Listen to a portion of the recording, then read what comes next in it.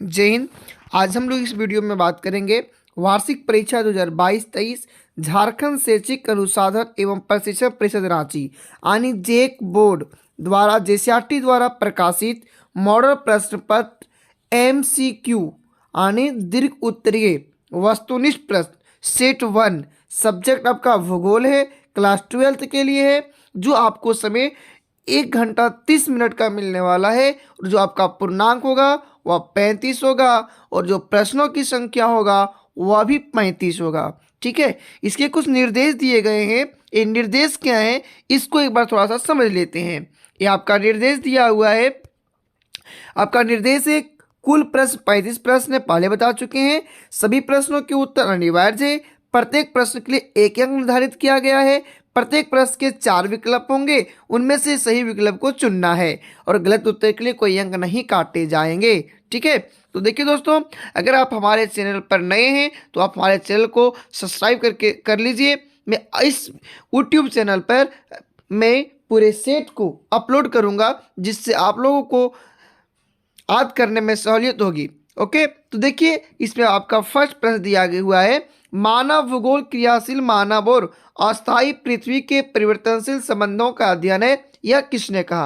यानी जो मानव भूगोल, जो क्रियाशील मानव और अस्थायी भूगोल के परिवर्तन संबंधों का अध्ययन है, यह किसने किया, किसने कहा। तो इसका जो सही आंसर होगा वो आंसर इसका होगा कुमारी सैंपल, यानी कुमारी सैंपल ने कहा था। अगला क्वेश्चन है, निम्नलिखित में से कौन सा एक विरल जनसंख्या वाला क्षेत्र नहीं है। विरल का अपोजिट सघन, यानी विरल जहां कम लोग रहते हैं तो वो क्षेत्र नहीं है। तो इसका सही ऑप्शन होने वाला है ऑप्शन नंबर सी, यानी दक्षिण पूर्वी एशिया। दक्षिण पूर्वी एशिया। नेक्स्ट क्वेश्चन है, प्रतिकर्ष अपकर्ष कारक उत्तरदायी है। प्रतिकर्ष और अपकर्ष जो कारक है वह उत्तरदायी क्यों है। तो ऑप्शन नंबर इसका जो सही होने वाला है ऑप्शन नंबर ये, यानी प्रवास के लिए। किसके लिए? प्रवास के लिए। नेक्स्ट है, सबसे कम लिंगानुपात किस देश का है। सबसे कम लिंगानुपात किस देश का है। तो होगा आंसर ऑप्शन नंबर ये, लाटविया। लाटविया। मानव विकास की अवधारणा निम्न में से किस विद्वान की देन है। मानव विकास की जो अवधारणा है किस विद्वान की देन है। तो ऑप्शन नंबर बी, डॉक्टर महबूब उल हक का देन है। किसका देन है? डॉक्टर महबूब उल हक। मानव विकास की अवधारणा डॉक्टर महबूब उल हक की देन है। अगला है, निम्न में से कौन रोपण कृषि निम्न में सॉरी दोस्तों निम्न में से कौन सा रोपण कृषि नहीं है। रोपना यानी जो रोपते हैं तो कौन सा नहीं है। कॉफी, गन्ना, गेहूं, रबड़। तो इसका सही ऑप्शन होगा ऑप्शन नंबर सी, यानी गेहूं। गेहूं रोपण कृषि नहीं है। हम लोग गेहूं को रोपते नहीं है, गेहूं को हम लोग क्या कर देते हैं, धुन देते हैं, छींटते हैं। तो गेहूं इसका सही आंसर होगा। फिर निम्न में से किस में उच्चतम साक्षरता दर है। उच्चतम साक्षरता दर है। तो इसका सही आंसर होगा ऑप्शन नंबर ए, यानी लक्षद्वीप। लक्षद्वीप। लक्षद्वीप जो है उच्चतम साक्षरता दर है। ठीक है, सन 2011 की जनगणना के अनुसार भारत की जनसंख्या कितनी है। कब? 2011 के जनगणना के अनुसार भारत की जनसंख्या कितनी है। तो भारत की जनसंख्या कितनी थी। तो ऑप्शन नंबर बी, 121.01 करोड़। फिर नई औद्योगिक नीति योजना कब लागू की गई। तो ऑप्शन नंबर इसका जो सही होने वाला है बताओ दोस्तों कमेंट में, इसका सही आंसर क्या होगा। तो इसका सही आंसर होने वाला है ऑप्शन नंबर बी, 1991, यानी 1991 में। कब? 1991 में। निम्नलिखित में से कौन सा नदी के तट पर अवस्थित नहीं है। निम्नलिखित में से कौन सा नदी के तट पर अवस्थित नहीं है। यहाँ 4 शहर दिया गया हुआ और चारों शहरों में कि कौन सा शहर नदी के तट पर अवस्थित नहीं है। तो इसका सही आंसर होने वाला है ऑप्शन नंबर सी, यानी भोपाल। कौन सा? भोपाल। कोलकाता हुगली नदी है, ठीक है, और इसलिए भोपाल जो है वह नदी के तट पर स्थित नहीं है। शुष्क कृषि में निम्न में से कौन सी फसलें बोई जाती है। फसलें नहीं बोई जाती है। कब? शुष्क कृषि में। किस कृषि में? शुष्क कृषि में। तो गन्ना जो है वह शुष्क कृषि यानी शुष्क कृषि में नहीं बोया जाता है। अगला है भारत में नदी द्रोणी में उपभोग योग्य जल सर्वाधिक निम्न में से किसमें है? किसमें है? तो ऑप्शन नंबर ये यानी किसमें? सिंधु में। किसमें? सिंधु में। ठीक है। फिर हीराकुंड डैम किस नदी पर बनाई गई है? हीराकुंड डैम किस नदी पर बनाई गई है? तो किस नदी पर बनाई गई दोस्तों? महानदी पर। किस नदी पर? महानदी पर। तो ऑप्शन नंबर बी सही होगा। वर्ष 2011 के अनुसार 50 लाख से अधिक जनसंख्या वर्ष 2011 के अनुसार 50 लाख से अधिक जनसंख्या वाला नगर निम्न में से कौन सा है? यानी 2011 में के अनुसार, जब 2011 में जनगणना हुआ था तो उसके अनुसार 50 लाख से अधिक जनसंख्या वाला नगर निम्न में से कौन सा है? तो ऑप्शन है पुणे, सूरत, पटना, रांची। तो इसका सही ऑप्शन क्या होगा दोस्तों? इसका आंसर आप लोग कमेंट में जरूर बताइएगा। ठीक है। नेक्स्ट पे चलवासी पशुचारण करने वाली जनजाति कौन सी है? कौन सा?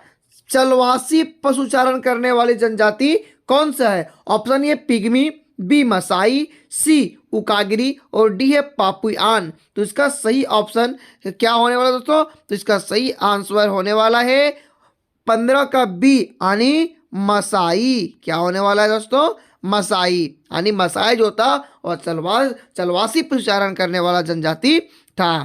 फिर विश्व में सर्वाधिक जनसंख्या केंद्रित है तो कहाँ केंद्रित है? ऑप्शन ए पर्वतीय क्षेत्रों में, बी मैदानों में, सी पठार में, डी मरुस्थल में। तो इसका जो सही आंसर है दोस्तों ऑप्शन नंबर बी यानी कहाँ? मैदान में। यानी मैदानी भाग में लोग अधिक रहना पसंद करते हैं। अगला है निम्नलिखित में से किसने संयुक्त अरब अमीरात के लिंग अनुपात को निम्न किया है? यानी क्या किया है वो देखते हैं। पहला है पुरुष कार्यशील जनसंख्या का चयनित प्रवास, पुरुषों की उच्च जन्म दर, स्त्रियों के निम्न जन्म दर, स्त्रियों का उच्च प्रवास। तो इसका सही आंसर होने वाला है क्या होने वाला है दोस्तों? ऑप्शन नंबर ये यानी पुरुष कार्यशील जनसंख्या का चयनित प्रवास। अगला है निम्नलिखित में से कौन सा देश उच्च मानव विकास वाला है? कौन सा? उच्च मानव विकास वाला देश। तो ऑप्शन नंबर इसका सही क्या होगा बताइए जल्दी कमेंट में दोस्तों। तो option number D. Option number D मतलब नॉर्वे। कौन सा होगा? नॉर्वे। अगला है निम्न प्रदेशों में से किसमें विस्तृत वाणिज्य अनाज कृषि नहीं की जाती है? नहीं की जाती है तो क्या होगा दोस्तों? तो इसका सही आंसर होने वाला है प्रेरी क्षेत्र। कौन सा क्षेत्र? प्रेरी क्षेत्र। ये जो प्रेरी क्षेत्र है ये अनाज की खेती नहीं किया जाता है। क्यों? जो प्रेरी क्षेत्र है वहाँ घास के मैदान है। किसके मैदान है? घास के मैदान। अगला है भारत का प्रति वर्ग किलोमीटर जनघनत्व वर्ष 2011 के अनुसार कितना है? तो कितना है? तो ऑप्शन नंबर डी यानी 382। ओके। निम्न में से कौन सा कारक प्रवास का आकर्षक या अनुकूल कारक है? तो इसका सही आंसर होने वाला है option number C. Option number C मतलब दोस्तों ऑप्शन नंबर सी। ठीक है। ऑप्शन नंबर सी यानी रोजगार के अवसर। क्या होगा? रोजगार के अवसर। रोजगार के अवसर। ओके। फिर है मानव विकास सूचकांक 2016 के संदर्भ में विश्व के देशों में भारत की निम्नलिखित में से कौन सा स्थान था? तो कौन सा स्थान था? तो सही आंसर होने वाला है 131 पोजीशन यानी 131वें स्थान था। नदियों के डेल्टाओं के सहारे अधिवास किस प्रतिरूप के होते हैं? किस प्रतिरूप के होते हैं? तो इसका सही आंसर होगा पंखा प्रतिरूप। कौन सा रूप? प्रतिरूप पंखा प्रतिरूप। आर्द्र कृषि में कितनी वार्षिक वर्षा आवश्यक है? आर्द्र कृषि में कितनी वार्षिक वर्षा आवश्यक है। तो कितनी होगी दोस्तों, यानी 25 सेंटीमीटर नहीं, 25 से 50 यानी 25 से 50 सेंटीमीटर, ये इसकी भी आवश्यकता नहीं है। 75 सेंटीमीटर से अधिक इसकी आवश्यकता नहीं है। तो इसका जो सही आंसर होगा option number D, option number D,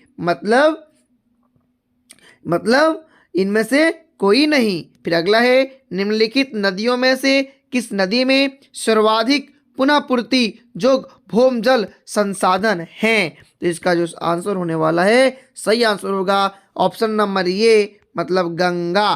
कौन सा दोस्तों, गंगा। हरित क्रांति शब्द का प्रयोग सर्वप्रथम किस विद्वान ने किया था। ये जो हरित क्रांति है वह कृषि के लिए किया गया था। किसके लिए किया गया था, कृषि के लिए। इसका जो सही आंसर होने वाला है ऑप्शन नंबर सी, यानी डॉक्टर विलियम गॉड ने सर्वप्रथम इसका उपयोग किया था। भारतीय जनगणना इतिहास में किस वर्ष को ग्रेट डिवाइड की संज्ञा दी गई है। तो ऑप्शन नंबर, इसका जो सही आंसर होने वाला है ऑप्शन नंबर ए 1911, यानी 1911। कब, 1911। फिर अगला, भारत में हस्तांतरित कृषि को क्या कहा जाता है। यानी दोस्तों हम लोग बुक में पढ़े थे, हस्तांतरित कृषि का दूसरा नाम क्या है, झूम कृषि, यानी ऑप्शन नंबर बी इसका क्या होगा, सही आंसर होगा। ये तो लगभग सबको पता होगा, दो देशों के मध्य व्यापार कहलाता है। जब हम लोग दो देशों के बीच अगर व्यापार करेंगे तो वह व्यापार क्या कहलाएगा, तो वह व्यापार अंतर्राष्ट्रीय व्यापार कहलाता है। कोची पतन अवस्थित है। जो कोची पतन है वह कहाँ अवस्थित है, तो कोची पतन कहाँ अवस्थित है, तो ये केरल में। कहाँ अवस्थित है, केरल में, यानी ऑप्शन नंबर सी इसका सही आंसर है। विश्व का व्यवस्थम समुद्री मार्ग कौन सा है, विश्व का व्यवस्थम समुद्री मार्ग कौन सा है। तो ऑप्शन नंबर सी उत्तरी अटलांटिक महासागरीय मार्ग। फिर है पनामा नहर जोड़ती है। जो पनामा नहर है वह किस किस को जोड़ती है, पनामा नहर किस किस को जोड़ती है, तो वह प्रशांत महासागर एवं अटलांटिक महासागर को जोड़ती है। तो ऑप्शन नंबर बी सही आंसर होगा। ट्रांस साइबेरियन मार्ग किस ट्रांस साइबेरियन रेल मार्ग किस देश में स्थित है, तो किस देश में स्थित दोस्तों, रूस। किस देश में, रूस में स्थित है। फिर पूर्व पश्चिम गलियारा जोड़ता है। जो पूर्व पश्चिम जो गलियारा है वह किसको जोड़ता है, किसको जोड़ता है, तो ऑप्शन नंबर बी सिलचर को पोरबंदर से, सिलचर को पोरबंदर से, सिलचर को पोरबंदर से, यानी ऑप्शन नंबर बी सही आंसर है। फिर मुंबई में सबसे पहला सूती वस्त्र कारखाना स्थापित किया गया। क्यों, क्यों किया गया था, क्योंकि इसलिए किया गया था क्योंकि मुंबई एक पतन है। जो मुंबई था वह क्या है, एक पतन है। तो ऑप्शन नंबर ये सही आंसर है। और ये आपका लास्ट क्वेश्चन था। इसी प्रकार दोस्तों हम आपके पूरे सॉल्यूशन, चाहे आप क्लास 10 में हो, चाहे 12 में हो, चाहे 11 में हो, तो 8 में हो, अब किसी भी क्लास में रहेंगे, मैं हर क्लास का पूरे सब्जेक्ट का एक एक सेट का सॉल्यूशन करते रहेंगे, चाहे वो आपका दीर्घ उत्तरीय है या लघु उत्तरीय। तो दोस्तों हमारे चैनल पर नए हैं तो हमारे चैनल को सब्सक्राइब जरूर कीजिएगा। थैंक यू, फिर मिलते हैं अगले वीडियो में। तब तक स्वस्थ रहिए, मस्त रहिए और अपनी परीक्षा की तैयारी करते रहिए।